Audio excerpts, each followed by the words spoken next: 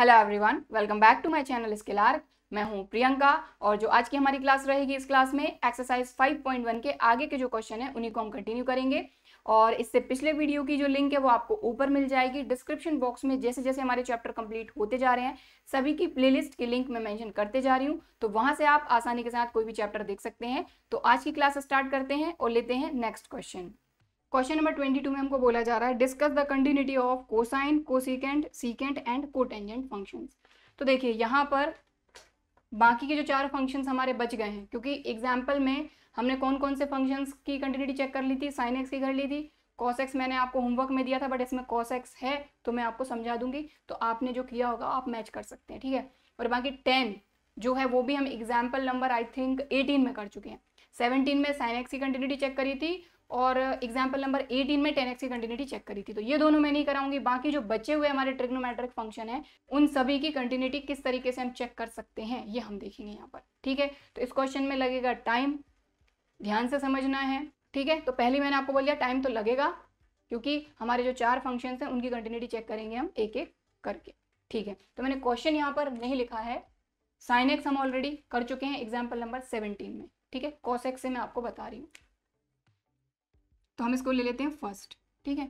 तो f of x equal to हमने ले लिया कॉस एक्स, इसकी कंटिन्यूटी चेक करेंगे फॉर ऑल रियल नंबर, ठीक है। तो सबसे पहली चीज़ तो कि वही let c be a real number, तो मैं नहीं लिख रही हूँ, ये आप लिख लीजिएगा, let c be a real number and c belongs to R. तो यहाँ पर सबसे पहले फंक्शन की वैल्यू सी पर फाइंड करेंगे, या फिर यहाँ लिख लेती हूँ मैं, let c be a real number and C belongs to R, ठीक। चलो तो फंक्शन की वैल्यू फाइंड कर लेते हैं, तो ये हो गया cos C। अब लेफ्ट हैंड लिमिट फाइंड करेंगे, तो limit x tending to C minus, ठीक। और फंक्शन क्या है हमारा cos x, तो ये लिमिट इसमें पुट अप करेंगे, ठीक है। तो h के फॉर्म में आएगी, तो लिमिट h टेंडिंग टू 0 पहले लिख लेते हैं, ये हो जाएगा cos C माइनस h। तो cos a माइनस बी का फॉर्मूला लगेगा, cos a cos b minus cos a cos b plus sin a sin b। तो फॉर्मूला लगा देंगे सबसे पहले, तो लिमिट h टेंडिंग टू 0, यहाँ क्या आ जाएगा cos c into cos h, बीच में plus sin c into sine h। ये लिमिट इसमें पुटअप कर देंगे हम, तो लिमिट पुटअप करेंगे तो ये क्या हो जाएगा cos c into cos h की प्लेस पर 0, बीच में प्लस साइन c और साइन h की प्लेस पर 0। तो यहाँ पर आप क्लियरली देख पा रहे हैं कि cos 0 होता है 1, साइन 0 होता है 0, तो 0 इंटू साइन सी ये तो हो गया पूरा 0, और ये 1 तो 1 इंटू कॉस सी, तो ये क्या आ गया cos सी। तो लेफ्ट हैंड लिमिट तो हमारी आ गई। अब हम फाइंड करेंगे राइट हैंड लिमिट,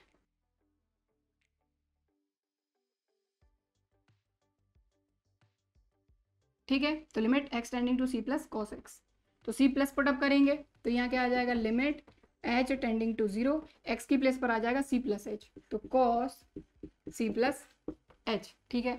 अब यहाँ पर cos a प्लस b का formula cos a cos b minus sine a sine b, तो limit h tending to 0 cos c cos h minus sine c sine h, ये limit यहाँ पर put up करेंगे तो ये क्या हो जाएगा cos c अपना as it is cos h, यानी cos 0, h की प्लेस पर क्या आएगा 0, h टेंडिंग टू 0, बीच में माइनस साइन c और साइन h की प्लेस पर 0, तो साइन 0 0, 0 इंटू साइन c 0, ये पूरा 0, और cos 0 1, 1 into cos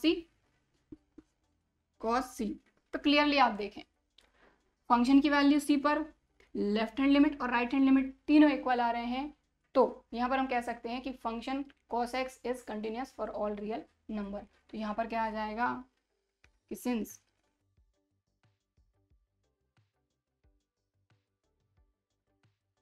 left hand limit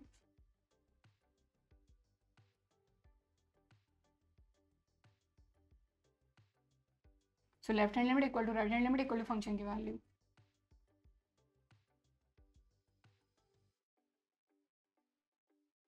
ठीक। तो जो हमारा साइन एक्स था एग्जाम्पल नंबर 17 में किया था वो भी सारे के सारे रियल नंबर के लिए क्या है कंटिन्यूअस, और जो cos x है ये भी सारे के सारे रियल नंबर के लिए है कंटिन्यूअस। तो ये हमने यहाँ पर क्या कर लिया cos x की कंटिन्यूटी चेक कर ली, तो इसको आप नोट कर लीजिए। तो ये क्वेश्चन जो है अभी खत्म नहीं हुआ है, हमको cos x cosec x, cot x और सेक एक्स, इन सभी की कंटिन्यूटी चेक करनी है। तो अभी हमने सिर्फ एक ही किया है, ठीक। तो अब हम चेक करेंगे कंटिन्यूटी कॉसेक्स की, कॉसेक एक्स की, सॉरी, ठीक है। तो देखिए यहाँ पर साइन एक्स की कंटिन्यूटी हम चेक कर चुके हैं एग्जाम्पल नंबर 17 में, टेन एक्स की कंटिन्यूटी चेक कर चुके हैं एग्जाम्पल नंबर 18 में, और कॉस अभी हमने कर लिया। तो साइन कॉस 10 हो गया। अब कॉसेक, सेक और कॉट करना बाकी है, ठीक। चलिए इसको करते हैं। तो कॉसेक एक्स को हम क्या लिख सकते हैं, 1 साइन एक्स, और यही हमारा हो गया काम आसान। अब यहां पर देखें, हमको ये चीज पता है कि अगर f कंटिन्यूस है, g कंटिन्यूस है, तो f/g भी कंटिन्यूस होगा, लेकिन g is not equal to 0 होना चाहिए। तो यहाँ पर भी सीधी सी बात है कि हमारा 1 कांस्टेंट फंक्शन है, और साइन एक्स फंक्शन तो सारे के सारे रियल नंबर के लिए कंटिन्यूस होता ही होता है। लेकिन अब बस इतनी सी बात है कि जो साइन एक्स है हमारा वो 0 नहीं होना चाहिए। अब अगर साइन एक्स की बात करें तो अगर ये 0 नहीं होगा, लेकिन किस कंडीशन में, अगर इसका जो थीटा है एक्स ये इक्वल नहीं होना चाहिए n पाई के, और यहाँ पर n क्या है, n इज एन इंटीजर। बस इतनी सी बात है, क्योंकि देखिए अगर डिनोमिनेटर आपका 0 हो गया तो 1/0 तो नॉट डिफाइन हो जाएगा। जब फंक्शन ही डिफाइन नहीं होगा, फंक्शन ही डिफाइन नहीं होगा तो कंटिन्यूटी क्या चेक करेंगे, ठीक है। तो बस बात इतनी सी है कि 1 हमारा कंटिन्यूस है, कांस्टेंट है, साइन एक्स हमारा कंटिन्यूस है फॉर ऑल रियल नंबर, लेकिन 1/sin x उसी कंडीशन में कंटिन्यूस होगा जब साइन एक्स जो है वो 0 नहीं होना चाहिए। कहने का मतलब है कि x is not equal to n pi, क्योंकि n पाई पर हमारा जो साइन होता है वो 0 होता है, ठीक। ठीक है, तो कॉसेक एक्स को इस तरह से लिख सकते हैं। बस अब हमको पूरी थ्योरी लिखना है और कुछ नहीं है। तो यहाँ मैं लिख देती हूँ। तो यहाँ पर हम लिखेंगे, ये तो हमारा एफ ऑफ एक्स है, इसको हम ले लेते हैं g of x, h of x. तो यहाँ लिख लिया हमने कि g of x equal to 1 is constant function and continuous for all real numbers, ठीक है। H of x equal to sin x is continuous for all real numbers। तो यहाँ लिखेंगे hence g of x upon h of x, मतलब कि 1/sin x, मतलब कि cosec x is also continuous for all real numbers except what, किसको छोड़कर, x equal to n pi, n is an integer. समझ में आई बात कि बस हमारा x जो है ये n पाई नहीं होना चाहिए, एक्सेप्ट लिखा है, except x is not equal to n pi, ठीक है। अगर x n पाई हो गया मतलब ये 0 हो जाएगा, तो 1/0 नॉट डिफाइंड।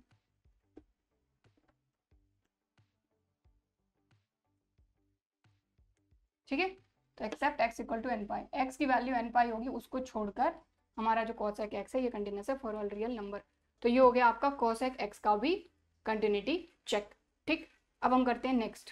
अब क्या है हमारा sec, ठीक है। तो साइन हो गया, cos हो गया, tan हो गया, cosec हो गया, अब sec।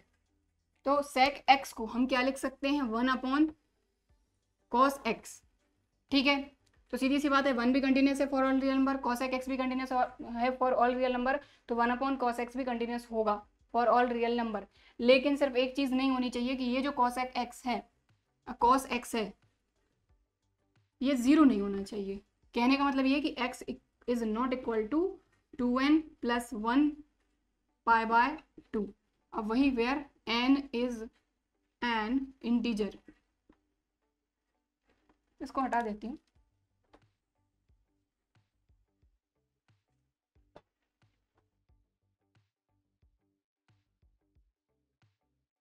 ठीक है, बस इतनी सी बात है और कुछ नहीं है, ठीक है। तो बस यहाँ पर वही लिख देंगे कि 1 इज कंटिन्यूस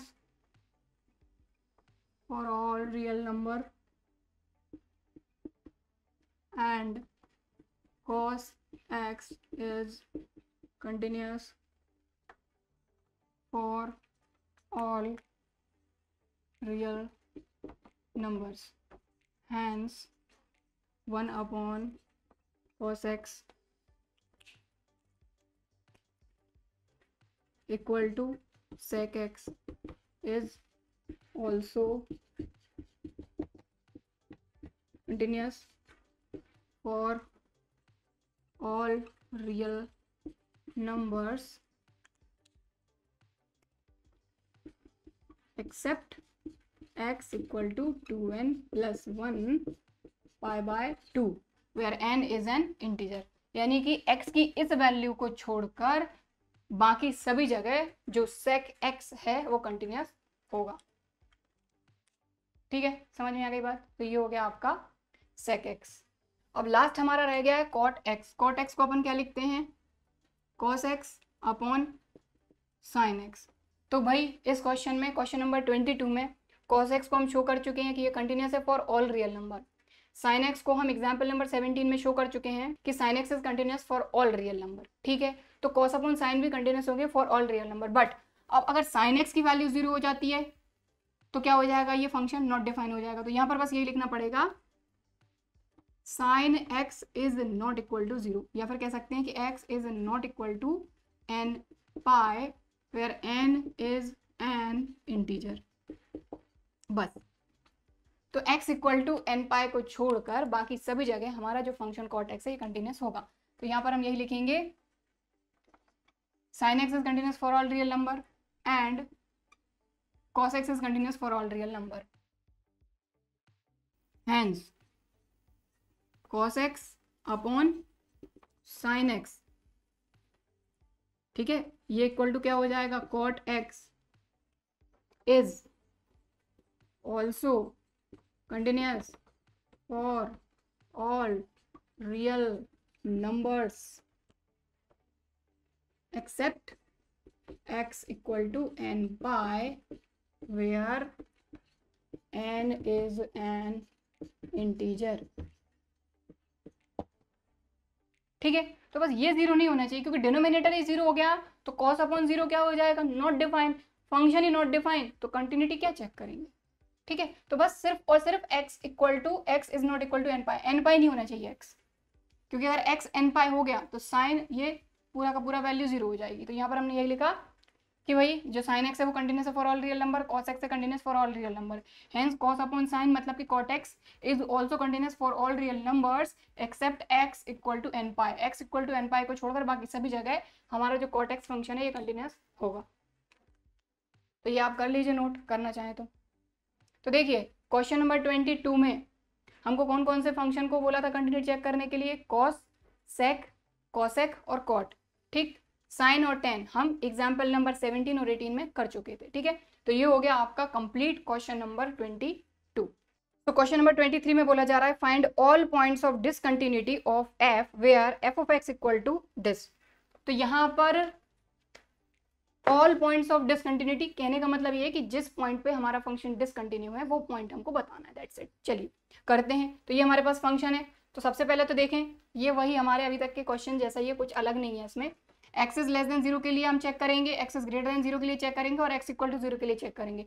3 केस बनेंगे, तो चलिए करते हैं। तो सबसे पहले केस 1 की बात करते हैं, for all x is less than 0। अब x इज लेस देन 0 के लिए हमारा फंक्शन क्या है, सीधा सीधा ये है f of x equal to sine x upon x।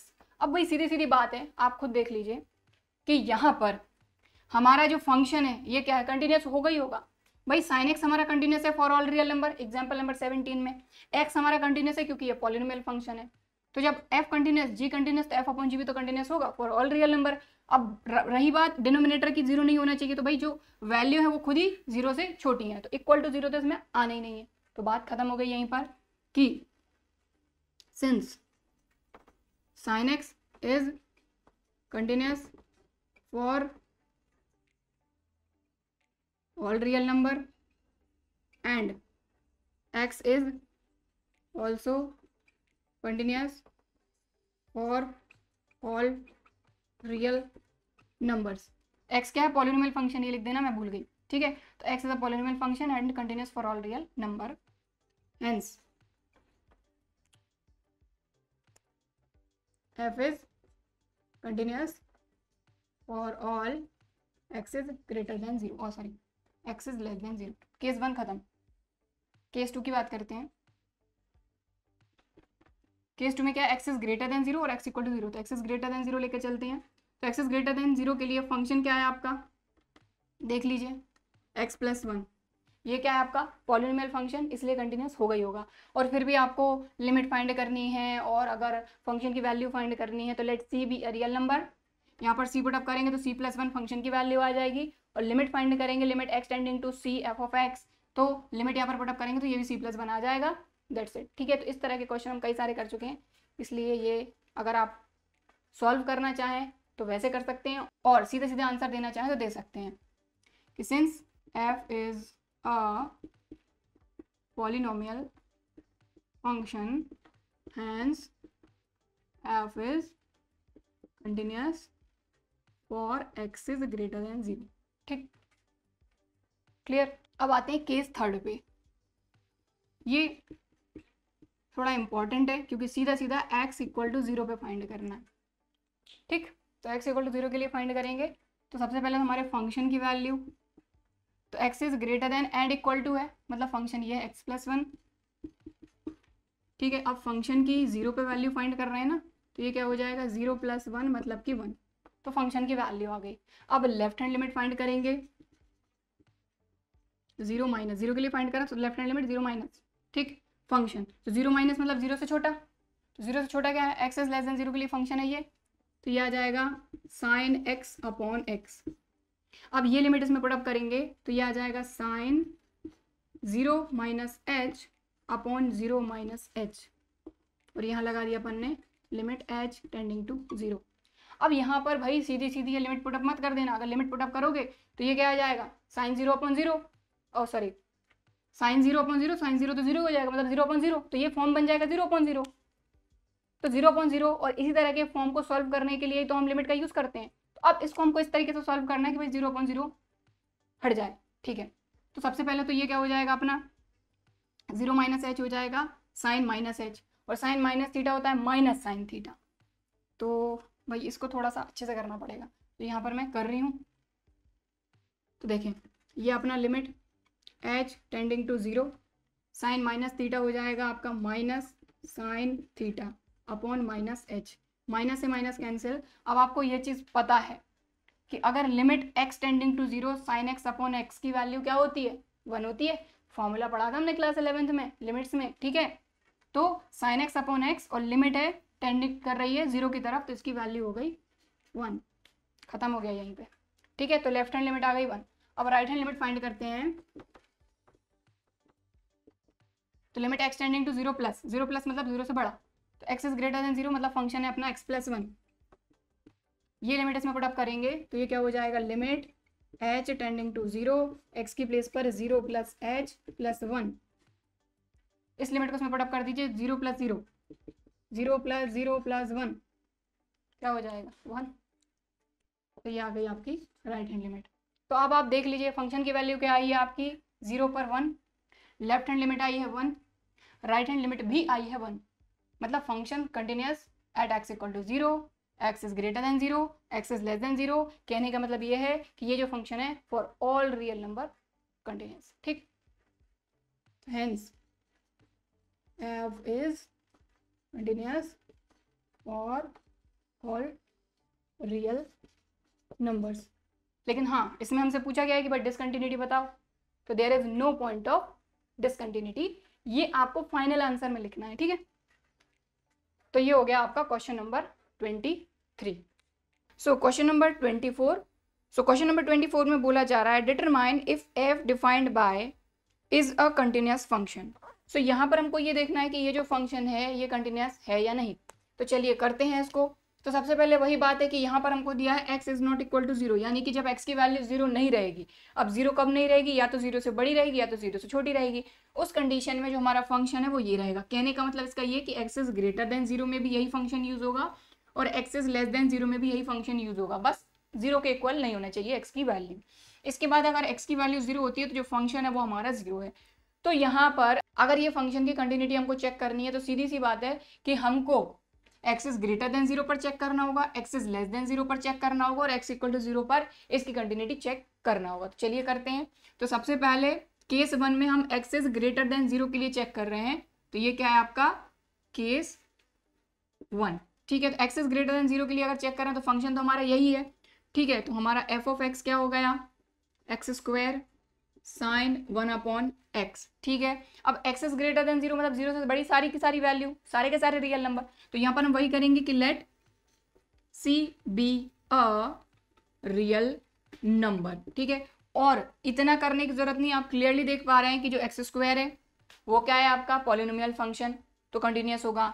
Sign 1 upon x जो है ये भी कंटिन्यूअस फंक्शन होगा। तो सीधी सी बात है कि जब दो फंक्शन कंटिन्यूअस होते हैं तो उनका अगर मल्टीप्लीकेशन करें तो वो भी क्या होगा, कंटिन्यूअस। तो इतना करके आप छोड़ सकते हैं, इतना करने की जरूरत नहीं है। ठीक है, तो इसको मैं नहीं कर रही हूं, जब हमारे पास ऑप्शन है, जो चीज हम शो कर चुके हैं तो क्या जरूरत है। ठीक है, तो यहाँ पर क्योंकि एक्स स्क्वायर भी कंटिन्यूअस है, साइन 1 अपॉन एक्स भी कंटिन्यूअस है, तो इन दोनों का मल्टीप्लीकेशन भी कंटिन्यूअस होगा। तो यहाँ पर आपको इस तरह से लिख देना है। अब इसके बाद एक्स इज लेस देन 0 के लिए करते हैं। तो एक्स इज लेस देन 0 के लिए भी हमारा जो फंक्शन है ये क्या है आपका x square sine 1 upon x. तो यहाँ पर भी वही x square continuous, sine 1 upon x continuous, तो इन दोनों का जो मल्टीप्लीकेशन है वो भी होगा कंटिन्यूअस। तो इतना आपको लिख देना है। ठीक है, मेन बात आती है at x equal to 0 case 3 की।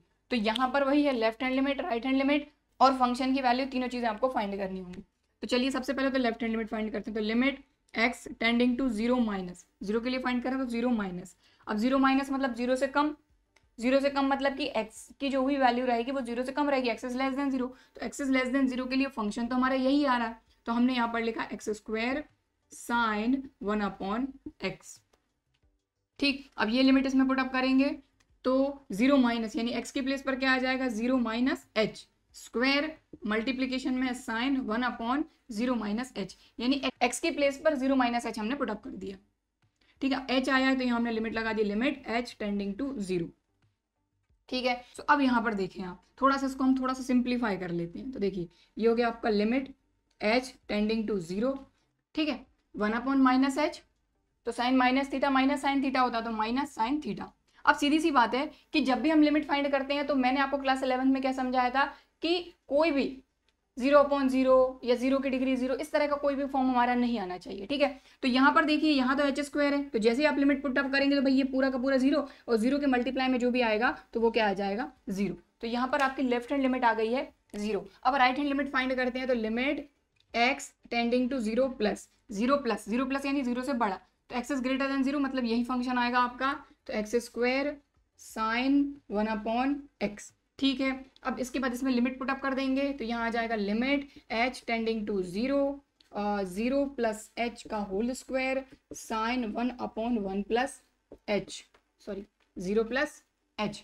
अब सेम टू सेम वही चीज़ आ जाएगी, सिर्फ माइनस इसमें नहीं आया है, तो ये हो जाएगा आपका limit h tending to 0 h square sine 1 upon H.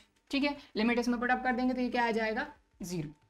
Clear. ठीक है, तो यहाँ पर आप देखें आपकी लेफ्ट हैंड लिमिट भी 0 आ गई, राइट हैंड लिमिट भी 0 आ गई। फंक्शन की वैल्यू और फाइंड कर लेते हैं, तो खैर फंक्शन की वैल्यू फाइंड करने की जरूरत नहीं है।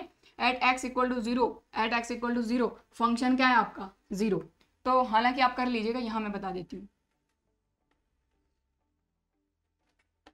तो at x equal to 0 f of 0 equal to 0। ठीक है, एक्स इक्वल टू 0 पे फंक्शन की वैल्यू 0। तो यहाँ पर आप क्लियरली देख पा रहे हैं कि आपकी लेफ्ट हैंड लिमिट भी 0 आई है, राइट हैंड लिमिट भी 0 आई है, फंक्शन की वैल्यू भी 0 आई है। कहने का मतलब ये है कि x इक्वल टू 0 पे आपका फंक्शन कंटिन्यूअस है।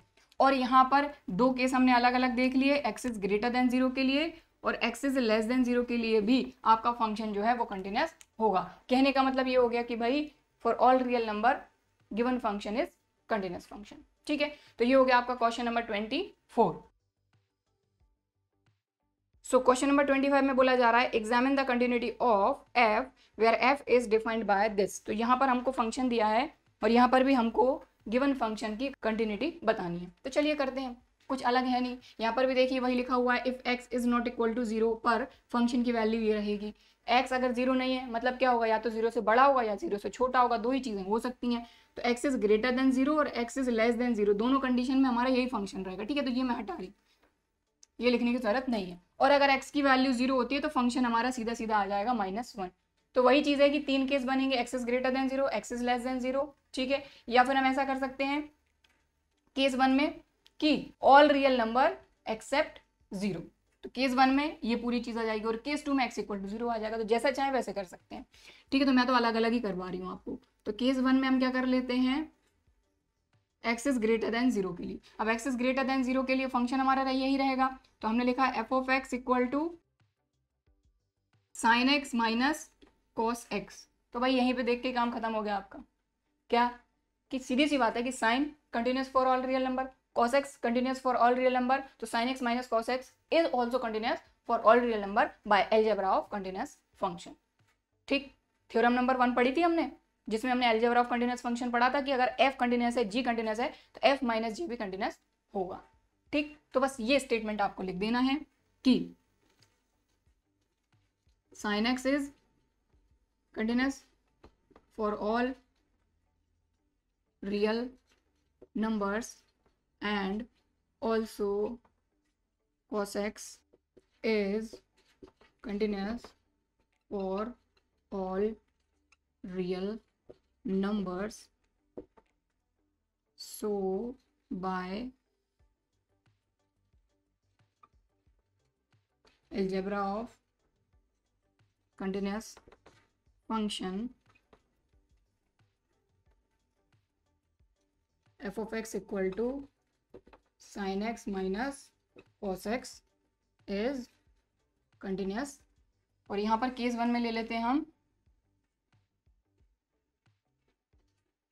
for all real numbers except 0,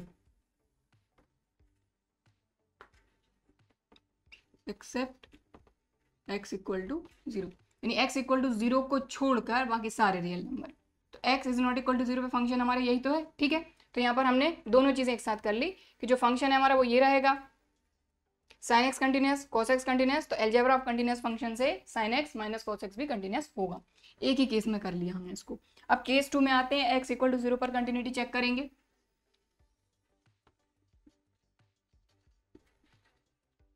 तो x इक्वल टू 0 में वही लेफ्ट हैंड लिमिट भी फाइंड करेंगे, राइट हैंड लिमिट भी फाइंड करेंगे और फंक्शन की वैल्यू भी फाइंड करेंगे। तो x इक्वल टू 0 पे सबसे पहले तो आप फंक्शन देख लीजिए, आपका f ऑफ x क्या है, आपका x इक्वल टू 0 पे फंक्शन क्या है आपका -1। कहने का मतलब ये है कि अगर x की प्लेस पर आप 0 भी पुटअप कर देते हैं तब भी आपका फंक्शन तो -1 ही रहेगा। तो फंक्शन की वैल्यू आ गई। अब लेफ्ट हैंड लिमिट फाइंड करते हैं यहाँ पर, तो limit x tending to 0 minus, 0 minus मतलब 0 से छोटा। अब 0 से छोटा यानी 0 से कम, यानी कि x इज लेस देन 0। अब x इज लेस देन 0 तो यही आएगा, तो ये आ जाएगा हमारा function sin x minus cos x। अब ये लिमिट इसमें पुट अप कर देंगे तो 0 माइनस x की प्लेस पर आ जाएगा 0 माइनस h, यहाँ पर भी 0 माइनस h, तो यहाँ पर लिमिट आ जाएगी अपनी h वाली, h टेंडिंग टू 0, ठीक है, sin 0 minus h minus cos 0 minus h, ठीक है। तो चाहे तो आप यहाँ पर साइन a माइनस बी का formula cos a minus b का फॉर्मूला लगा सकते हैं, ठीक है, एक्सपेंड कर सकते हैं और जब वैल्यूज पुटअप करेंगे तब आपको यही मिलेगा। तो मैं थोड़ा सा शॉर्टकट में ही कर रही हूँ, ठीक है। तो यहाँ पर लिमिट अगर पुटअप कर देते हैं तो ये क्या हो जाएगा, साइन 0 माइनस 0, h की प्लेस पर 0, 0 माइनस 0 0, तो 0 माइनस cos 0 माइनस 0 cos 0, ठीक है। तो साइन 0 होता है 0, cos 0 होता है 1, तो ये क्या आ गया आपका -1।